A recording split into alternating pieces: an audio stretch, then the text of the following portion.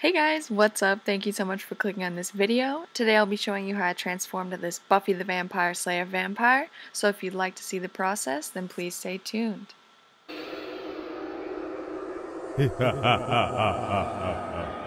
To start off, I covered my eyebrows.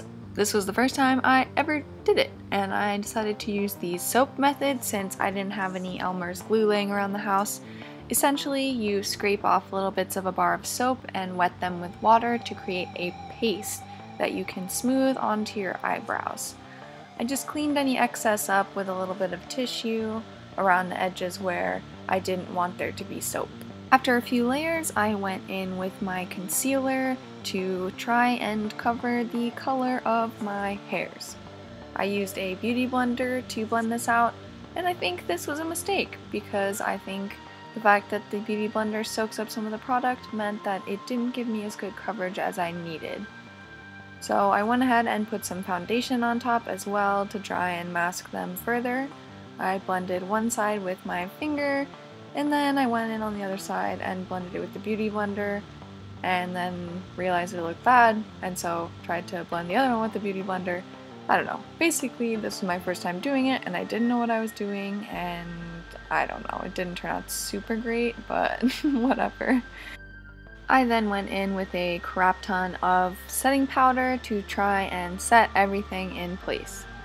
I felt they still weren't covered enough, so I went in with more concealer over the powder I just applied, because why not? This was already going off the rails, just do everything, right? And this was the finished result. Somehow my blonde eyebrow hairs look darker than they ever have in my life. So, don't know how that happened. I applied petroleum jelly to the parts of my eyebrows where the latex prosthetic would be applied in order to prevent them from being ripped off my face. So this method for making prosthetics is super quick and dirty, but I think it works really well, especially for a beginner. Basically, you just take little noodles of tissue paper and soak them in liquid latex, and then you can stick them directly onto your face, and then using more liquid latex on your finger, just smooth out the edges. I just added a bunch of different layers while looking at reference photos in order to get the kind of gnarled, bestial upper brow area that the Buffy vampires have in the show. Again, just to reemphasize, this is just my method for really quick and really dirty prosthetics. They're not super clean, but if you want to see a way to make a super clean Buffy vampire prosthetic, I'll include the link to the Max tutorial below. After I had gotten the prosthetic in the basic shape that I wanted, I went ahead and applied some foundation all over it. Again, this is not really the best method for painting latex. I would suggest using alcohol-based paints if you want to paint them for a really long-term paint job, but quick, dirty, easy. That's the name of the game here, y'all. Once the foundation was applied to the prosthetic as best as I could get it, I went ahead and applied the same foundation all over my face so that the prosthetic and my face were the same shade, essentially. I used a domed blending brush to apply some brown grease paint to the crevices and creases in the prosthetic to kind of give them some depth. It was moving the foundation around though, so I applied powder to the prosthetic and then I powdered my face as well. Then I went back in with the grease paint to just deepen everything down, making sure to work in layers and with different shades of the brown to make sure that it was giving some good dimension. I made sure to really darken where the prosthetic met my face, where it was supposed to be the huge brow ridge. I really wanted this area to be super dark to make it look like this area of my face was very raised up and angry. I used an angled brush to apply brown eyeshadow to the areas where the grease paint was, just to help blend out the edges a little bit.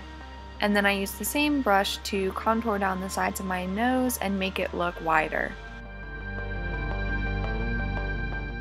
Then I went in with a fluffy blending brush and applied brown eyeshadow to the inner corner of my eye to kind of deepen my eye socket a little bit. I really love doing this for spooky makeup, as I feel like it makes your eyes look super sunken in. I used the same eyeshadow brush to start contouring my cheeks to look like they were drawn and gaunt, and I used a big fluffy brush to help blend the edges of the contour. I also contoured my temples.